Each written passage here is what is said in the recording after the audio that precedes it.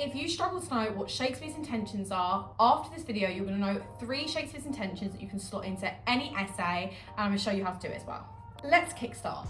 Intention number 1. The first thing he wants to do is warn the audience about regicide. Now, what is regicide, you say? Regicide is killing of the king. So he's trying to warn the audience about regicide. Remember, with Shakespeare's intentions, you will always link it to what the effect is on the audience, because of course, that is his intentions. He's trying to show it to the audience.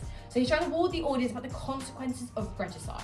Now, just quickly, if you want more information about this, make sure you check out the Light Up Hub. I'm going to put the free lessons in the description below so you can watch that on Macbeth to get that grade 9 analysis.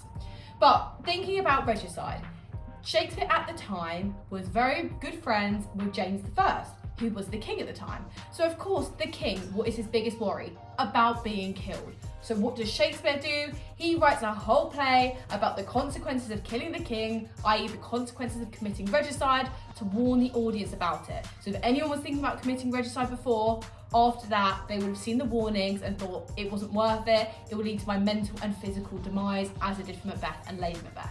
So we can say about this, he wants to warn them about the detrimental, it's like detrimental is like negative, consequences of regicide, and that is of course your mental and physical downfall.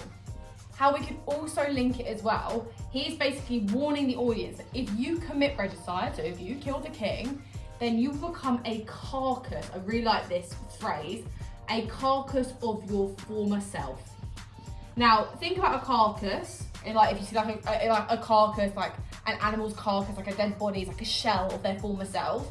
You become a shell of your former self. You will no longer resemble what you were like as a person, your characteristics, your personality, because you'll be all consumed by this guilt because you committed regicide.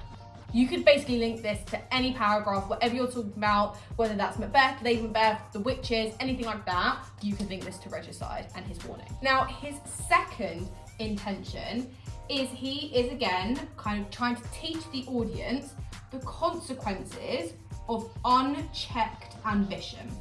So what I mean by unchecked ambition is when you can't control your ambition. So just like we see in Macbeth, he's unable to control his ambition, and that leads to, again, his demise, his mental downfall. That is what characterises him as our tragic hero. Remember, a tragic hero, he starts off noble and he has a tragic fall, hence he's our tragic hero. So he's trying to warn them about unchecked ambition. So therefore, again, he's trying to show the audience that excessive ambition will lead to your rapid demise.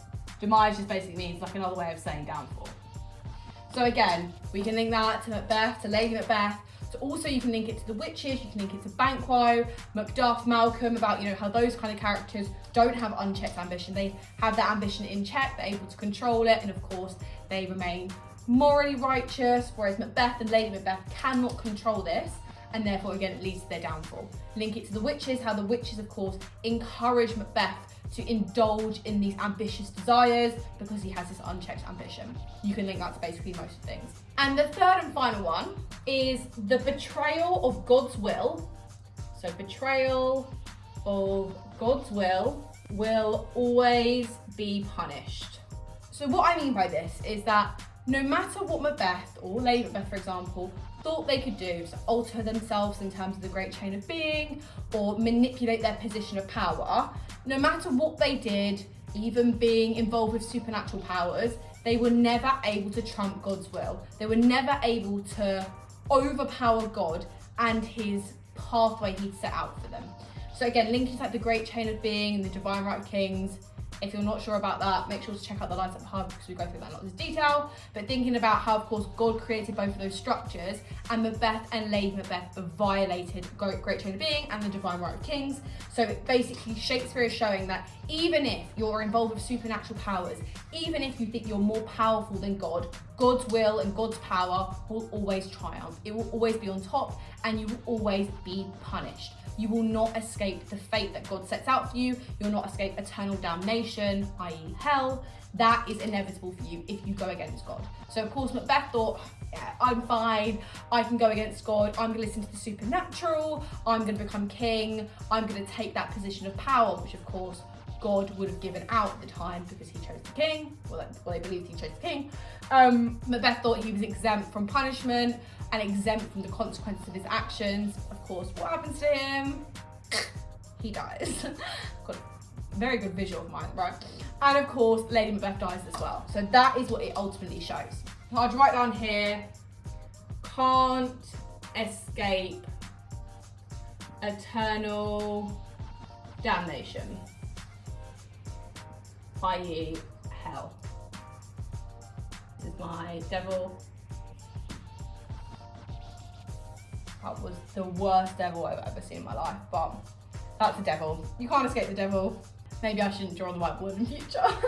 So, just to recap, the 3 main Shakespeare's intentions you can basically link in any paragraph. Warn the audience about regicide, unchecked ambition, and betrayal of God's will.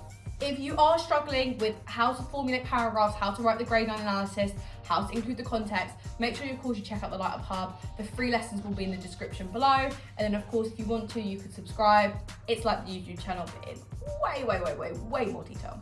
Let me know if you like these kind of videos with the whiteboard, and of course I can do more of them, but make sure you subscribe to the channel because it helps the channel more than you know, and also it means you're never gonna miss out on improving your English in a very easy way.